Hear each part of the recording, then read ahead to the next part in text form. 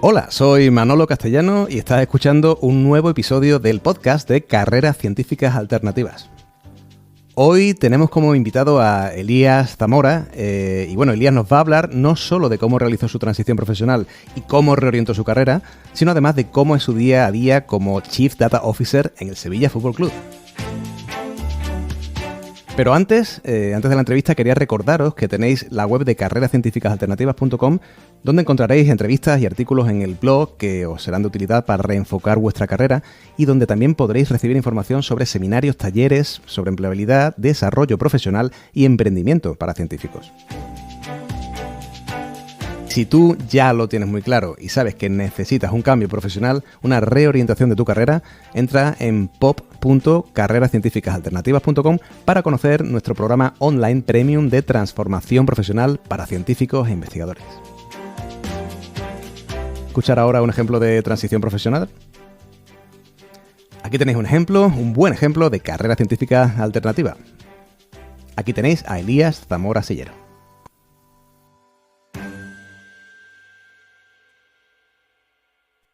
Bueno, Elías, es un auténtico gustazo tenerte hoy aquí. Muchas gracias, Manolo.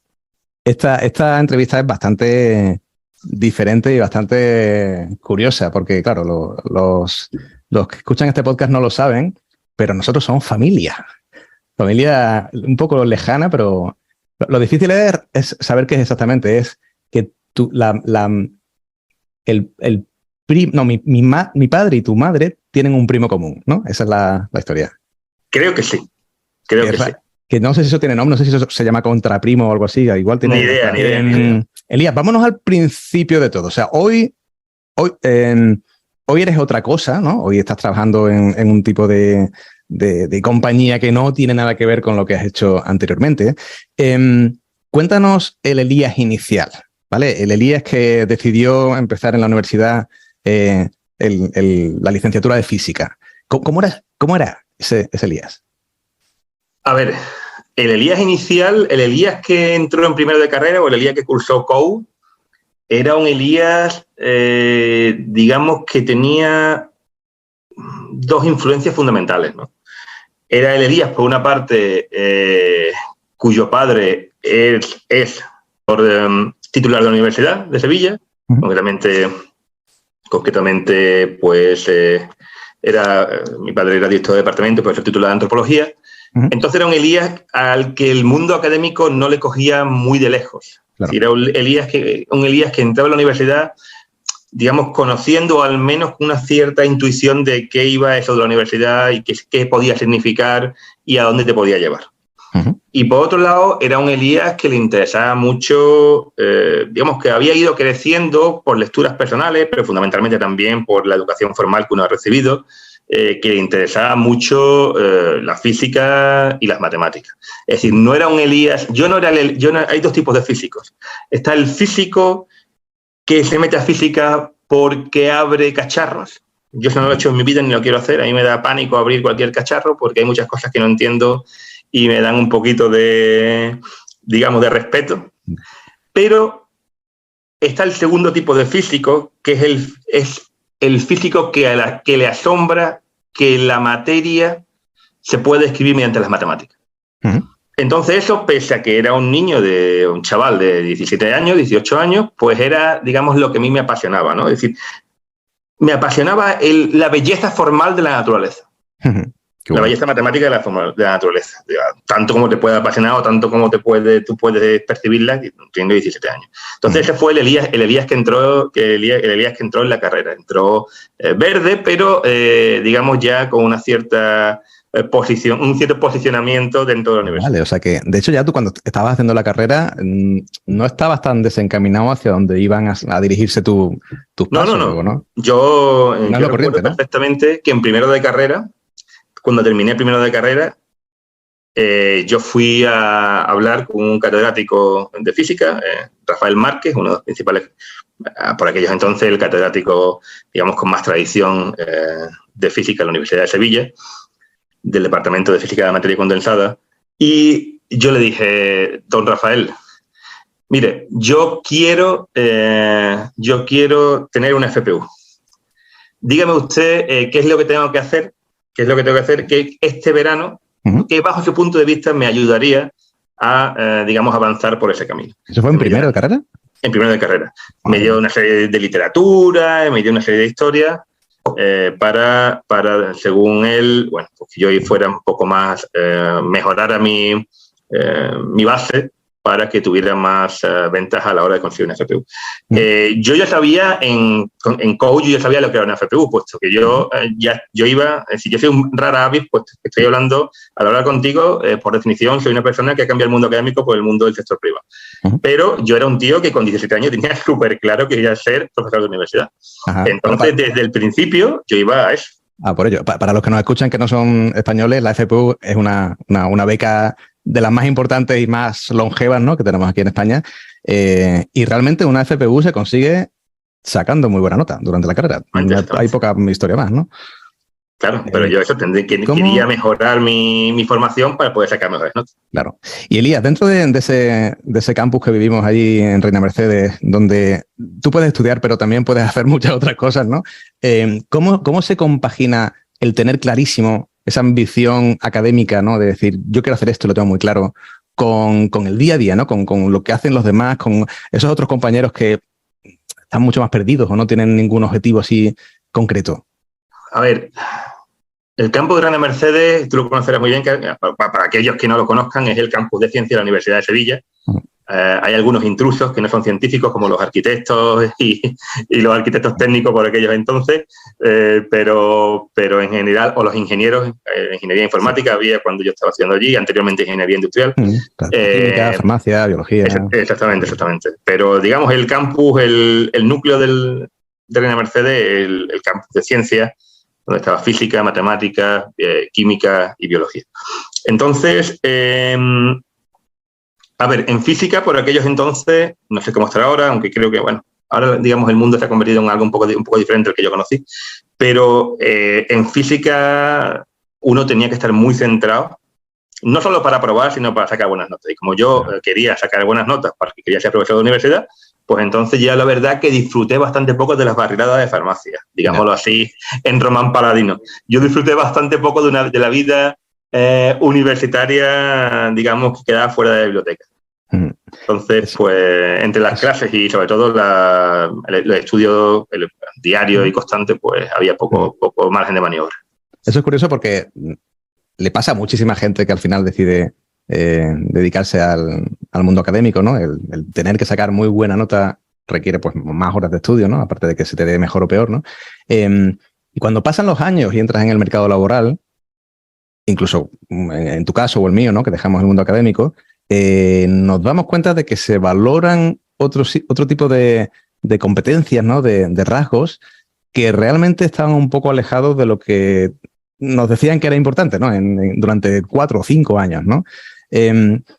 ¿A ti te ha dado esa sensación a posteriori, pasado muchos años, de decir, bueno, hay competencias que yo no he desarrollado demasiado, que sí me son interesantes, ¿no?, para el día a día, ¿no? Especialmente cuando estás en un ambiente muy, muy técnico, ¿no?, o más informático, ¿no?, donde te encuentras perfiles muy, muy, muy centrados en la temática, ¿no? No sé si me explico, Elías. Sí, perfectamente. A ver, yo he pensado mucho, le he dado muchas vueltas a esto, pues yo he estado en los dos extremos de la mesa de contratación. He sido el que quería ser contratado y he sido el que ha decidido quién ser contratado. Entonces, aquí la situación es muy sencilla y debemos darnos cuenta para, digamos, tener una imagen más real de lo que es el mundo y de lo que es el mundo académico en sí. El mundo académico en sí es un monstruo que se devora a sí mismo y produce hijos para devorarlos desde un punto de vista puramente aislado. Es decir, y ahora me explico con más detalle. A nosotros desde que somos chiquititos, se nos enseña que hay que sacar muy buenas notas. Pero no hay que sacar muy buenas notas por aprender mucho. De eso nos podrían dar muy buenas lecciones la motivación por aprender que tienen los indios o los coreanos, que es ninguna realmente. Simplemente a ellos lo que les importa es sacar muy buenas notas para entrar en la universidad, para entrar en determinados institutos técnicos, normalmente en el caso hindú, para poder acceder a determinadas posiciones posteriores que están vedadas a gente que no llega de determinados sitios. Sí. En el mundo occidental es un poco más suave, pero no vamos muy lejos de eso. A ver, nosotros desde que tenemos 5 años nos están diciendo que tenemos que sacar muy buenas notas, pero no por nada, sino porque después nuestros siguientes pasos profesionales van a estar influidos en gran medida por las notas que saques. En el caso más concreto, en el caso más evidente, es lo que yo soy un tío muy viejo, muy conservador además. Entonces yo le llamo la selectividad. La selectividad, pues tenía que tener una serie de notas para poder estudiar lo que tú querías estudiar. Yo, como estudié física, en ese momento lo estudiaban todos los frikis, pues yo con sacar un 5 valía. Pero ahora para estudiar física tiene que sacar un 15. Claro. Pero en ese momento, porque el mundo es mucho más, se basa mucho más en la utilidad que en la esencia, pues en ese momento valía un 5. Entonces yo sacaba buena nota en el instituto también, pero yo ahí, gracias a Dios, pues yo sabía que me gustaba la física, pues yo, independientemente de lo que pudiera estudiar, estudiaba física. Pero después, cuando uno está en la universidad, te dicen, vale, tú quieres seguir una carrera académica. Recordemos que en aquellos entonces desde las ciencias, la ingeniería son otras cosas, yo soy científico. Las ciencias tenían mucho menos recorrido profesional en el sector privado del que tienen ahora. Por tanto, si uno quería hacer ciencia, tenía que hacerlo dentro de la universidad. Si uno quería ser científico, tenía que hacerlo dentro de la universidad. Entonces, si a ti te gustaba esa historia de los números, de las fórmulas y de la materia, pues entonces tú sabías que tenías que tener una buena nota para poder desarrollar la profesión que habías estudiado. Entonces, bien, pues tú las sacas muy buenas notas y, pues al final te dan la FPU, te dan otro tipo de becas. Pero bien, ¿qué sucede? Después las notas se convierten en los artículos de investigación. Y los artículos de investigación lo que sirven, y eso es mucho más perverso ya, lo que sirven es para poder garantizarte, no garantizarte es una palabra extremadamente ambiciosa, para poder ser competitivo a la hora de obtener una plaza más o menos indefinida en el sector académico. Entonces, al final, la universidad forma, las distintas facultades, las distintas escuelas técnicas, forman, no teniendo en cuenta, y eso lo supe yo muy desde el principio, que estaba metido en el consejo de la facultad, en una serie de historias. Los planes de estudio no están pensados, hay una serie de directrices básicas del ministerio, de las distintas consejerías, pero no están pensados para dar una formación, la mejor formación, aunque el concepto aquí de mejor o peor sea un poco laxo, pero la mejor formación de los estudiantes, sino que se hace o se planifica para que esos estudiantes puedan entrar de manera suave en los grupos y las líneas de investigación propias de los distintos departamentos de la universidad, los distintos departamentos que tienen docencia en dicha facultad. De tal manera que debemos quitarnos la venda de los ojos y darnos cuenta de que es un sistema razonablemente perverso, en el sentido de ellos te dan lo que ellos van a necesitar. Claro, o sea, realmente, yo no sé si tú estarás de acuerdo, pero creo que tampoco está realmente resuelto cuál es el objetivo de la universidad. Me refiero de la universidad como entidad, ¿no? ¿Cuál es su rol en la sociedad, ¿no? Porque parece que va cambiando, pero creo que no se ha resuelto, con lo cual seguimos un poco anclados a yo creo que estaba mucho más claro hace 20 años que ahora. Es decir, hace 20 o 30 años la universidad era la institución que creaba conocimiento y era la responsable de transmitir dicho conocimiento. Claro. Ahora ya no lo es. Ahora hay muchas otras entidades que son capaces de crear conocimiento. Entonces, eso descoloca mucho la universidad, puesto que ha dejado de ser la que monopoliza el conocimiento, tanto su transmisión como su creación, para tener que jugar en una liga con competidores que no son siempre los que ella quería tener. De la misma liga, ¿no? Ya, después hablaremos de la liga, ¿no? Pero claro, Elías, tú cuando estabas haciendo la carrera, tú no sabías que era un Chief Data Officer. ¿Eso sabías que era o no? Eso no existía. No existía, claro. Eso no existía. Es decir, yo, gracias a Dios, he tenido mucha suerte, ¿no? He tenido mucha suerte porque soy una persona muy, muy curiosa y que no siempre he querido estar en seguir el camino preestablecido, el camino de baldosas amarillas. Entonces, yo cuando empecé a hacer el doctorado, con mis dos directores de tesis. Uno era del Departamento de Análisis Matemático, Renato Álvarez Nodalce, y otra era del Departamento de Física Aplicada 1, Niurka Quintero. Entonces, esta gente eran, aparte de profesores, eran amigos míos, eran tipos muy particulares, eran tipos muy, muy libres en su propia concepción de la creación científica incluso en el ámbito más personal, ¿no? Por una serie de razones personales e históricas. Sí. Entonces, esta gente empezaron a funcionar en lo que ellos llamaban, o en lo que se llamaba por aquellos entonces, que era un poquito un término que probablemente ya no se utilice, como ciencia interdisciplinar.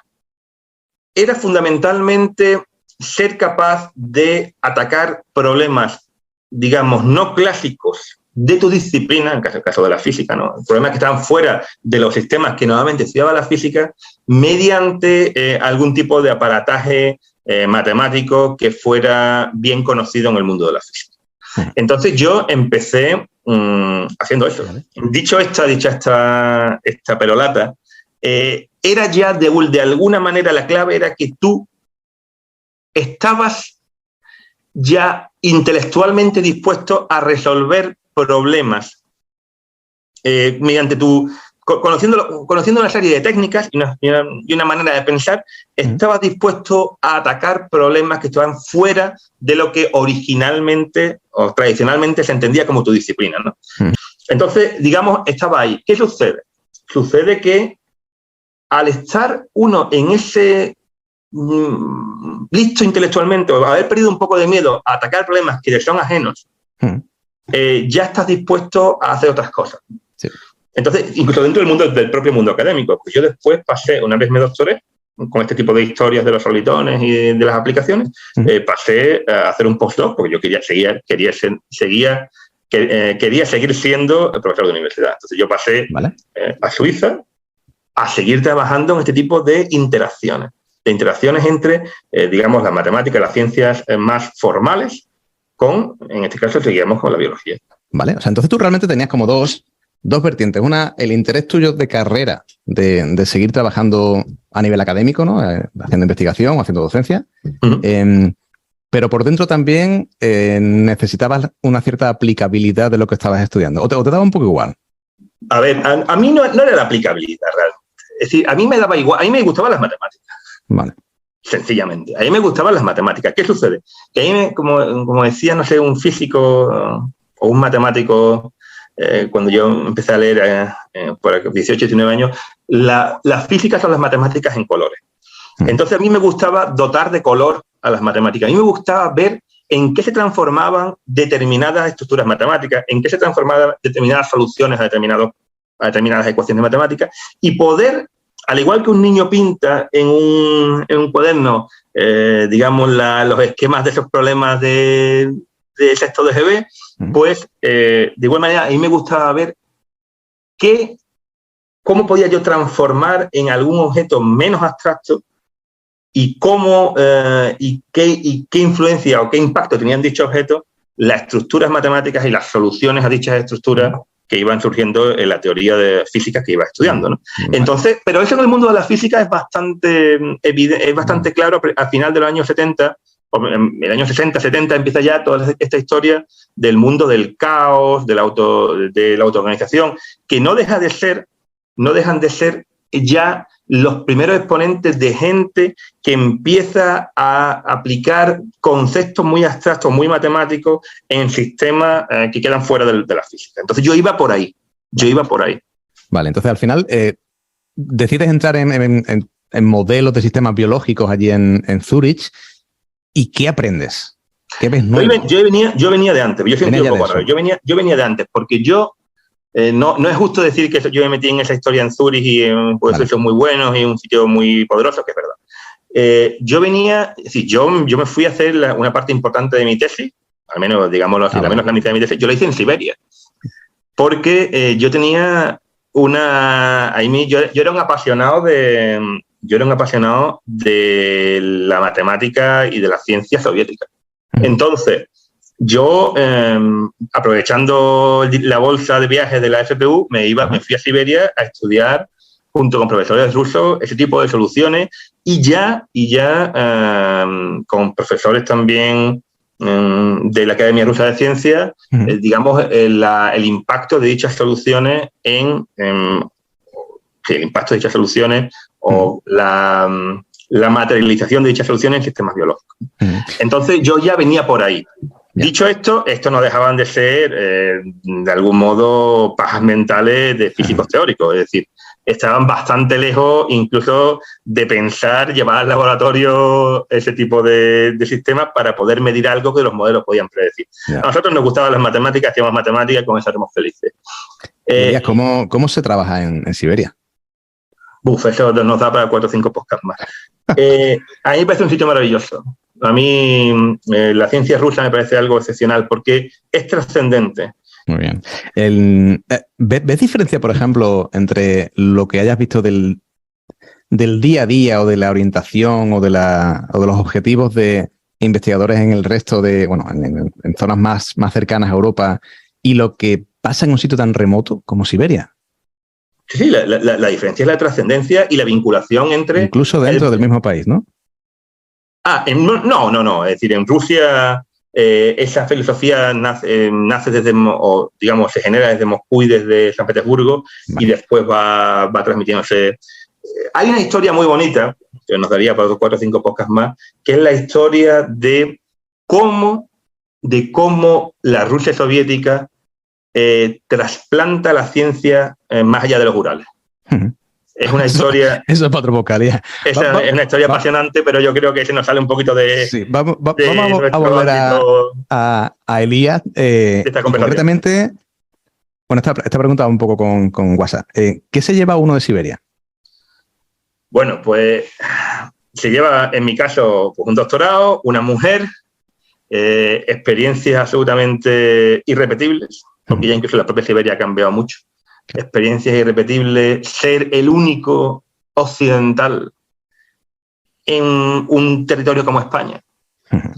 O si no es el único, que había 3 más, pero vamos, no había más de 3 o 4. Increíble, que la gente te pare por la calle, que la gente te pregunte, estoy hablando del 2005 al 2008, me doctoro allí, después voy unos cuantos años más, pero mi estancia fuerte es de 2005 a 2008. De gente ávida y gente maravillosa, ávida de conocerte, de contarte y sobre todo de que tú le cuentes.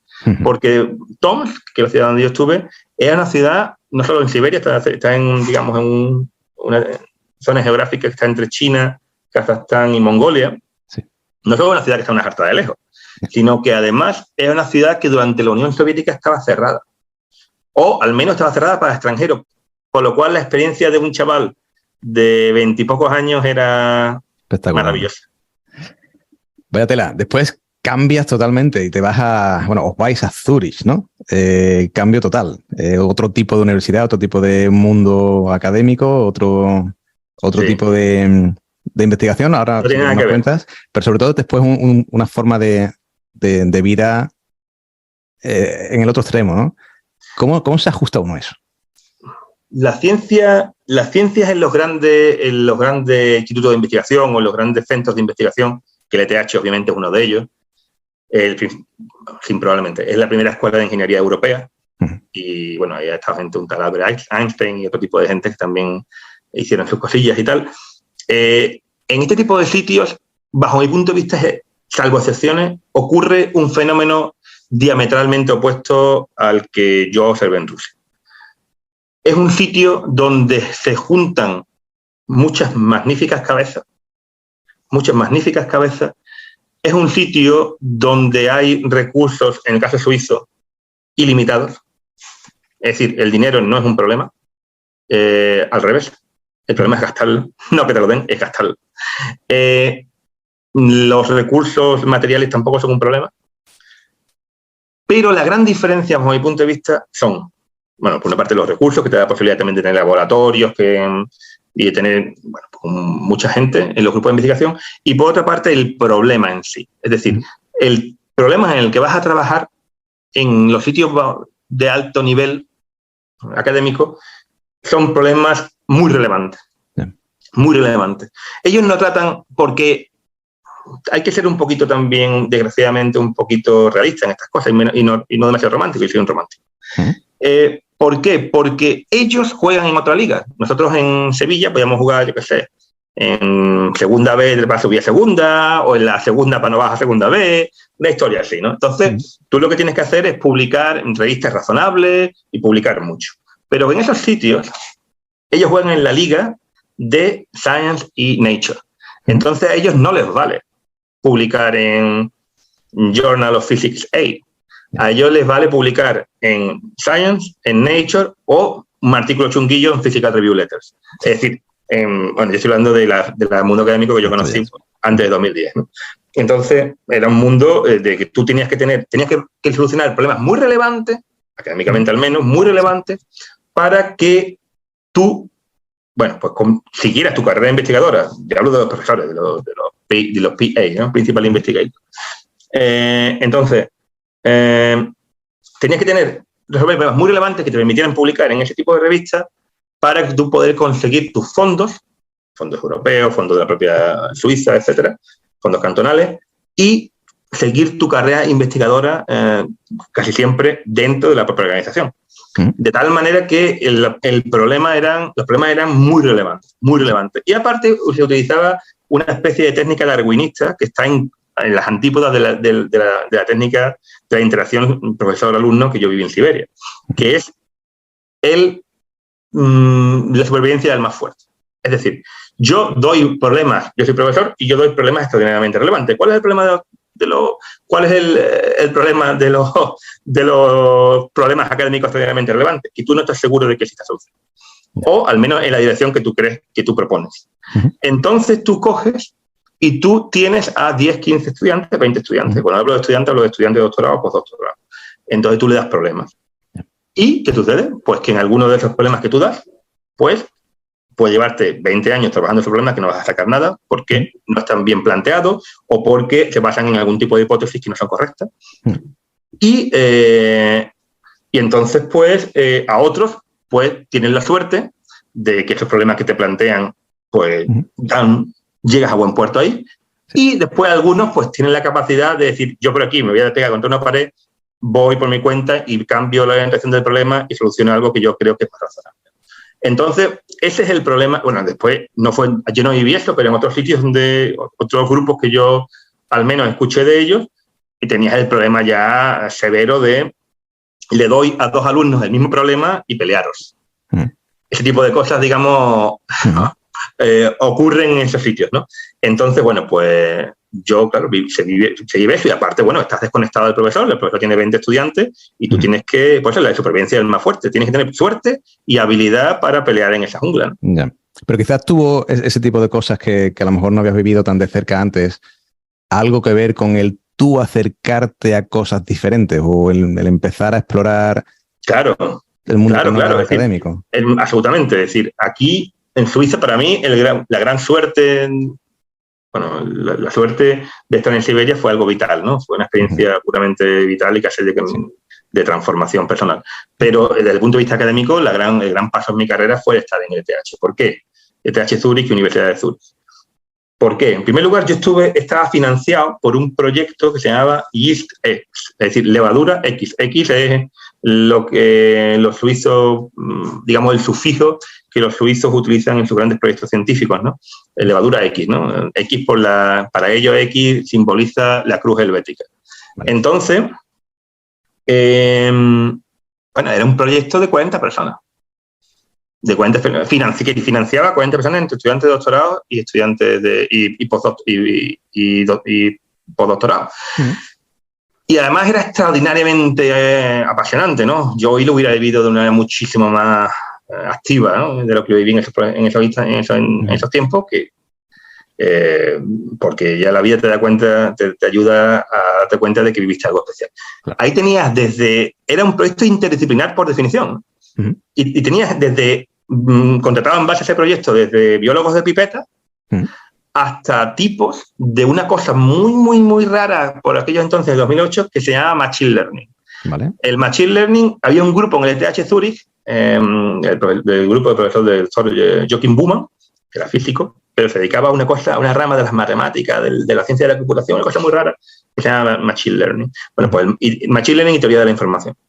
Yo estaba en el grupo estaba en 2 grupos, el de biología computacional evolutiva y biología de sistemas, ¿no? Que era, bueno, pues todas las cosas de computación y matemáticas en biología, ya sea para caracterizar y describir sistemas biológicos típicamente a nivel de biología celular, de bioquímica celular y el otro por temas puramente evolutivos, ¿no? Entonces, pues, pero empezamos a interaccionar mucho, o yo empecé porque me gustaba la forma de pensar y me sonaba muy bien, tanto las personas como la música, ya a trabajar o a pegarme mucho a gente dentro del GISX, dentro del proyecto en el que yo estaba, gente que venía de ese departamento, del departamento de Machine Learning del ETH Zurich, del Instituto de Computación del ETH Zurich. Entonces, yo tuve mucha suerte. Yo soy un tipo que ha sido muy afortunado en la vida. Porque por aquellos entonces los departamentos, los congresos de Machine Learning en Europa había 100 personas. Entonces, ahora que el Machine Learning se da, digamos, hay Machine Learning hasta en la sopa, por aquellos entonces era algo absolutamente nicho en la frontera entre la física de facto y la estadística. Entonces, yo tuve la gran suerte de, por esa interdisciplinaridad, esa unión y esa capacidad de trabajar en problemas de biología, pero a su vez empezar ya a darte cuenta de que existía ese mundo del Machine Learning, de la inteligencia artificial, del Machine Learning, que estaba incluso fuera de tu grupo de investigación, pero en ese proyecto científico tan grande del GISX, fue el que a mí me dio esa perspectiva. ¿Y cuándo te das cuenta de que puedes aplicar el Machine Learning para cosas que ni conocías? Hombre, desde el punto de vista que yo lo aplico al sistema biológico, de los cuales no tenía ni puñetera idea, pues desde el principio. Desde el principio, porque mi objetivo era aplicar las matemáticas el formalismo que yo conocía de la física al sistema biológico, el sistema biológico en el que yo era un verdadero ignorante, gracias a Dios. Entonces, pues desde el principio, ten en cuenta que yo aplicaba ya la filosofía que yo tenía en mi propio doctorado, era aplicar las matemáticas y la física a sistemas biológicos que yo desconocía. Sí. Y aparte, después te das cuenta de que si lo aplicas en A, puedes aplicarlo en B. Es decir, si lo aplicas, por ejemplo, trabajas en el mundo del sistema excitable en las neuronas, pues también te das cuenta que determinadas células del páncreas también son sistemas excitables. Entonces, aunque tú no tengas ni puñetera idea de lo que es el páncreas, te das cuenta de que existe algún tipo de formalismo que es común a muchos sistemas. Digamos que un formalismo no es una propiedad unívoca aplicable a un sistema, sino que ese formalismo describe una serie de características de los sistemas que se dan en muchos de ellos. Vale. Elías, te lo pregunto de otra manera. ¿Cómo acabas en Get Capital? Vale, esa es una muy buena pregunta. Porque me beneficio de que el sistema suizo y que el sector público suizo funciona extraordinariamente bien. Y me explico. Yo era un científico, digamos, clásico, en el sentido de que yo quería ser profesor de universidad. ¿Qué sucede? Que yo ya en Suiza me empiezo a dar cuenta de dos cosas. Una de ellas es que he salido del redil. En el mundo de la ciencia en España, pues salir del redil, convertirte en el llanero solitario, es peligroso porque ya, digamos, entras fuera de esas redes clientelares que también conocemos lo que hemos estado dentro del universo. Entonces ya no eres un súbdito de una red clientelar y, por tanto, ya nadie te debe un favor. Es decir, volver a España es muy complicado. Volver y ser profesor en una universidad extranjera, en las universidades medias o incluso de pequeñas funcionan también las redes clientelares y en las universidades grandes la competencia es salvaje. Y hay gente que es mejor que tú, o que produce más que tú, o que literalmente es más lista que tú. Entonces, te das cuenta de que estás allí y tú ves un poco la situación en la que te encuentras, ¿no? Y ves la situación en la que te encuentras y ves gente que tú consideras gente que es muy válida, gente muy capaz, con 40 años con contrato de 3 meses. Entonces, yo con mujer y sobre todo siendo una persona temerosa de Dios y del futuro, te das cuenta de que yo no quiero estar ahí. Yo no quiero ser una persona que con 40 años me tenga que rogar por un contrato de 3 meses. Entonces, me di cuenta con 30 años, al segundo año de mi postdoc, me di cuenta de que de ahí había que salir. Entonces, claro, en España esa hubiera sido una decisión que hubiera dado muchísimo miedo y muchísimo frío. ¿Por qué? Porque en España no existe un lugar donde tú puedas recurrir y decir, zutanito o zutanita, ¿qué puedo hacer de mayor? Con 30 tacos. Bueno, 30 tacos es joven, ¿eh? 30 tacos es joven. O sea, hay gente que se da cuenta de eso o hace esa pregunta mucho más mayor. Zutanita, en mi caso. ¿Qué puedo hacer de mayor? ¿Quién era Zutanita? La Zutanita era una técnica extremadamente cualificada de un departamento que era el ETH Zurich. El ETH Zurich era un departamento que se llama ETH Career Center, centro de carreras. Ese centro de carreras era un sitio en donde la gente, fundamentalmente doctorandos y investigadores postdoctorales, iban a hacer esa pregunta. ¿Qué puedo ser de mayor? Entonces, yo fui allí y dije, mira, este es mi currículum. Bueno, pues lo que he contado esta historia, ¿no? Lo que llevo aburriendo a la gente un ratito. Este soy yo. ¿A qué me puedo dedicar? ¿Qué hago con mi vida? Entonces me dicen, bueno, estamos hablando del mundo pre-datos, es decir, estamos hablando del 2011-2010.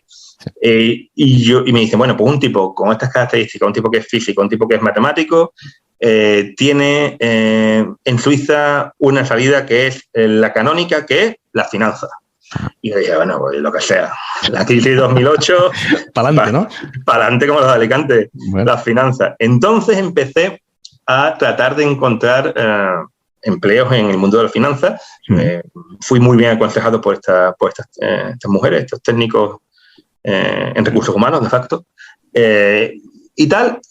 Pero yo era una persona que me di cuenta de que por aquello entonces el país que había solventado bastante bien en la crisis del 2008 fue Alemania. Entonces, pues yo dije, bueno, pues voy a intentar Suiza. A mí me gustaría quedarme en Suiza, pero si no, al siguiente que echaré es en Alemania, ¿cierto? Es decir, en Suiza tuve 4 meses intentando colocarme, no fue sencillo. Y en Alemania, bueno, pues en un mes tenía 3 o 4 ofertas de trabajo. Entonces, bueno, pues gracias a Dios acabé en Get Capital, que es una empresa, una boutique financiera especializada en la gestión de activos, financieros, para clientes institucionales, es decir, clientes, llámese bancos, llámese aseguradoras, llámese fondos de pensiones, llámese incluso ayuntamientos o incluso iglesias, a los cuales aconsejaba tácticamente qué hacer con su dinero, es decir, en qué invertirlo y cómo conseguir mayor rentabilidad. Y se caracterizaba porque las técnicas que guiaban o que definían su estrategia de inversión eran lo que por aquello entonces se llamaba quant, eran pues, matemáticas o algoritmos matemáticos o algún tipo de técnicas matemáticas que eran la espina dorsal de la estrategia de inversión de Get Capital. Y ahí estaba yo. Elías, y a nivel emocional, ¿pasaste miedo, ¿no? en esa transición, esa transformación? Hombre, el día de antes de llegar a Get Capital, uno tenía no miedo, porque yo ya venía un poco preparado porque, como he dicho, ¿no? Tenía esa base de haberme enfrentado a problemas desconocidos, a sistemas desconocidos, a disciplinas desconocidas y saber un poco intuir ya que la película podía ser común en algunos otros sitios. Pero claro, el mundo del sector privado y el mundo académico diferían y difieren mucho. Entonces, sí, por supuesto, los primeros días yo tenía pues bastante respeto a la situación en la que me encontraba. Es decir, yo no sabía si era bueno. Yo en el mundo académico sabía más o menos dónde estaba, pero en el mundo de ahí no sabía si era bueno. Y después no sabía qué reglas se seguían. Obviamente no era la de publicar artículos. Y obviamente, como volviendo al principio de la conversación, a la gente, y perdón, bueno, iba a utilizar otra expresión, pero voy a ser mucho más suave, a la gente le daba exactamente igual las notas que hubiera sacado. Pero en cualquier cosa. Si tuvieras cum laude, si tienes un cum laude por unanimidad en la tesis doctoral, eso y el papel higiénico es lo mismo. Que la gente se dé cuenta un poco de eso. Es decir, que no se trata de las notas que hayas sacado, o que pesan mucho menos de lo que tú te crees. Que no se trata de los artículos que tengas, eso pesa nada. ¿Y de qué se trata?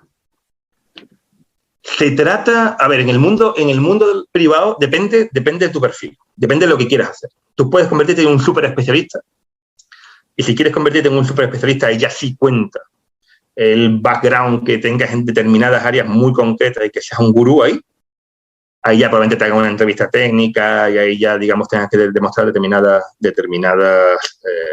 habilidades técnicas.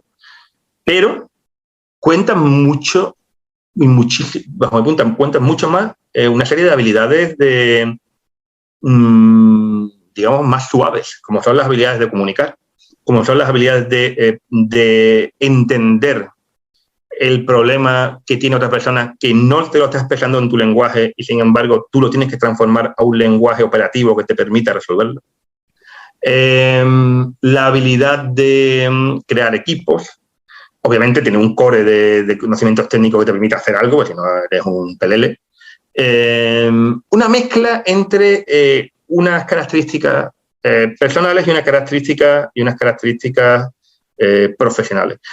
¿Qué nos hace diferente a la gente que tenemos un background, digamos, académico fuerte y fundamentalmente de las ciencias naturales, ¿no? Porque los científicos naturales somos gente bastante distinta a lo que son los técnicos o los ingenieros. Somos gente mucho más romántica, entre otras cosas. Entonces, ¿qué nos diferencia a nosotros de gente que no haya pasado por ese camino más o menos arduo de la Torre de Marfil académica? Pues nos diferencia a nosotros la capacidad de identificar problemas y de formalizarlos y de resolverlos. Es decir, lo que cualquiera, digamos, yo lo pongo siempre, y los buenos estudiantes de doctorado ya lo hacen en el doctorado, pero si no, los investigadores postdoctorales todos tienen que hacer. Todos tienen que identificar un problema a resolver, que sea relevante, si no es una estupidez, si no tu carrera científica no depende de ello, que sea relevante, formalizarlo en las técnicas y herramientas que tú ya conoces y tratar de resolverlo. Ese círculo virtuoso es el que normalmente la gente que ya desde el principio está en el mundo empresarial, o el mundo del sector privado, eso les cuesta más. ¿Y cuándo empezaste a darte cuenta de eso? O en otra forma de verlo, ¿cuándo empezaron a reconocerte tu trabajo y tú lo viste? Yo soy una persona que tiene muchísima suerte, vuelvo a repetirlo. Si yo entré en Get Capital y en Alemania tienen varias cosas. Alemania es un país que tiene muchas cosas buenas, algunas malas, pero la mayoría es buena. Y una de ellas es que en Alemania, en primer lugar, el término doctor es un prefijo de tu nombre de pila. Ajá. Es decir, yo soy, perdón, de tu primer apellido. Sí. En el caso alemán, de tu único apellido. Yo soy Herr Dr. Zamora. Uh-huh. Es decir, yo soy señor doctor Zamora en España. Uh-huh. ¿Qué sucede? Que eso ya en Alemania te está diciendo que, por una parte, tus opiniones van a ser tenidas en cuenta. Tú no eres un loco perdido, como puede ser en España, un loco perdido, sino que tú eres un tipo que, por ser doctor, se te supone un grado muy elevado de educación y de inteligencia. Sí. Y, por tanto, se te dan capacidades acorde a tu nivel educativo. Porque en el mundo alemán, como es un mundo muy jerarquizado, pues funciona así. Entonces, yo entré y era el doctor Zamora, eso ya me ayudaba. Pero además venía del TH. El TH es un centro muy, muy reconocido en Centro Europa y por lo cual me daban más puntos todavía. Pero además estaba en una empresa pequeña, que son empresas mucho más flexibles donde uno puede hacer muchas más cosas en horizontal. Y después tenía la gran suerte de tener a un jefe, que fue después mi mentor, en muchos otros aspectos, aunque no supiera mucho de matemáticas, pero sabía muchísimo de otras cosas, que era Herr Harald Schnorrenberg, que era el CEO de la empresa, y fue mi mentor durante 9 años. Entonces, esta persona era una persona que tenía dentro de su leitmotiv, aparte de un optimismo, como decía aquel, antropológico, aparte de ser un gran optimista, era una persona que hacía y dejaba hacer. Entonces, yo tuve mucha suerte, porque yo no entré en un sitio donde estuviera extraordinariamente encorsetado, sino que yo entré en una empresa en la que yo, primero, era una especie de UFO, porque era un tipo que sabía mucho, que hacía cosas raras, pero al ser doctor y tal, no era sospechoso de hacer estupideces. Y por otra parte era un sitio donde te decían, tú ibas para allá y dices, yo tengo esta idea, pues tira para, bueno, siempre que no fuera una barbaridad, tira para adelante y avanza. Ajá. Entonces, claro, yo pude tener una transición extraordinariamente suave del mundo académico al mundo profesional. Y en esos momentos ya hacer un pequeño máster, no oficial, un pequeño máster dentro de la empresa, es decir, mediante la experiencia pura y dura, de qué significaba estar dentro del sector privado y del mundo corporativo. Pues yo estuve desde el principio, a la vez que desarrollaba algoritmos, estaba interaccionando con clientes, estaba en reuniones con clientes, con el CEO de una gran aseguradora alemana, con los... participaban... Bueno, como niño prodigio, de alguna manera, en los consejos de administración de la empresa. Es decir, yo tuve una exposición extraordinariamente privilegiada a qué significa, realmente a qué significa el sector privado y el mundo corporativo. O sea, entonces eso te da que llegaste como una esponja absorbiendo. Claro, por supuesto, yo a todos lados, a Siberia y allí también, allí en cualquier sitio. Entonces, pues esa fue la gran ventaja que yo tuve. Tuve mucha suerte. Creo que también al saber le llaman suerte, ¿no? Pero tú llegas a ser incluso socio y miembro ejecutivo del Consejo de Administración allí en el Capital, en una industria que no es la tuya, ¿no? Servicios financieros, ¿no? Y estás tú allí, ¿no? Elías, ¿tuviste que hacer algún tipo de formación o algún estudio formal, ¿no? Aprender alemán como un cosaco.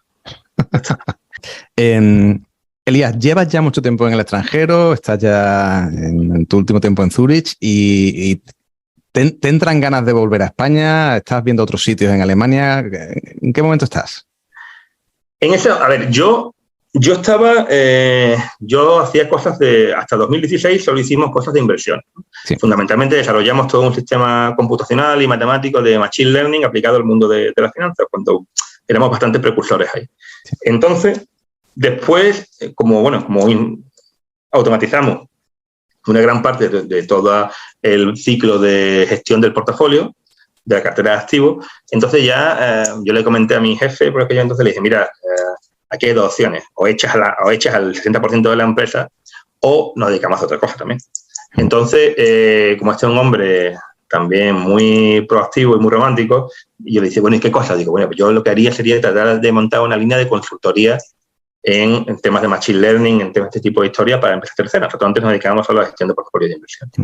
Entonces, bueno, pues a partir de ahí pues empezamos a hacer cositas, digamos, menos de lo que hubiéramos querido, pero cositas con empresas terceras, desarrollamos algunos robots de inversiones para terceros.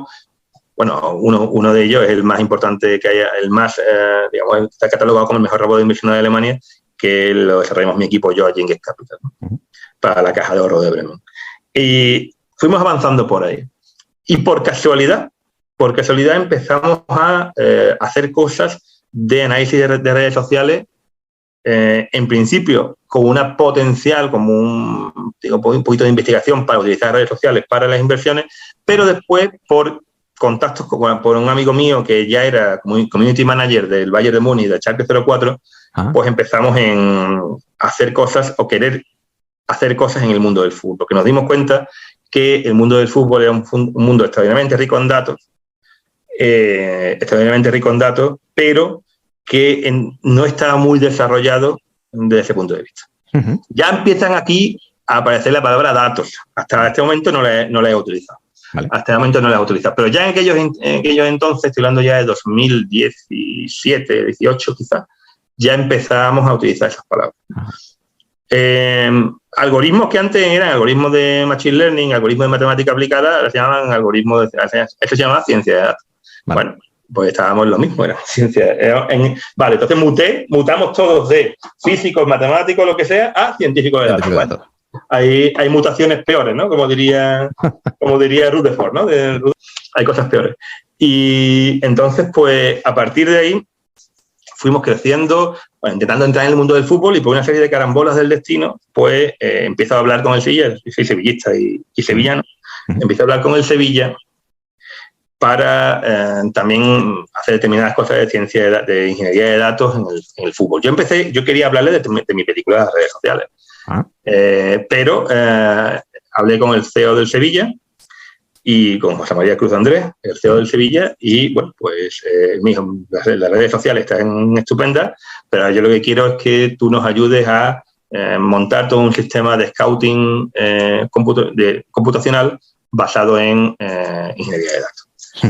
Estamos hablando de enero de 2019 y entonces Get Capital después, bueno, José María Cruz, el CEO del Sevilla, pues tiene la confianza del presidente y del vicepresidente del Sevilla, de los consejos delegados, para avanzar en esa dirección. Entonces, el Sevilla contrata a Get Capital como consultora y desarrollamos un software, un software de scouting de futbolistas, pues mediante el análisis de datos de objetivos de juegos de dicho futbolista, incluso datos financieros y con otra serie de historias. Qué bueno. Elías, tú tuviste la suerte de nacer sevillista, ¿no? ¿Así al pronto se te ocurre un trabajo mejor en el mundo que el que tú tienes? Ya a día de hoy yo no me cambiaría por nadie y no soy capaz de imaginarme en un sitio que me haga más ilusión ir cada día al trabajo. Claro. Entonces, bueno, soy un gran privilegiado. Me ha pasado muchas veces, ¿eh? Yo me intenté quedar en Siberia. Pero... Ya, bueno, pero tampoco te lo han regalado. Elías, tú vienes del mundo académico y ahora estás continuamente utilizando datos que entiendo, la verdad es que tengo bastante curiosidad, que vienen de muchas fuentes diferentes. Es decir, de alguna manera se tienen que compartir.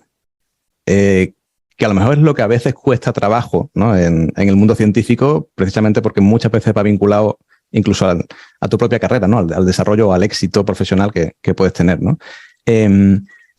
¿Cuánto se comparte en el mundo del fútbol? Muy poco. En el mundo del fútbol se comparte muy poco, pero ya existe toda una industria del dato. El mundo de los datos de la biología. Y yo los datos que tenía eran los que me daba, bueno, pues la gente que estaba en el laboratorio, la gente que manejaba esas máquinas tan caras y tan sofisticadas que eran capaces de hacerme 3 medidas de concentración de una determinada proteína y con eso tenía que hacer una estadística. 3.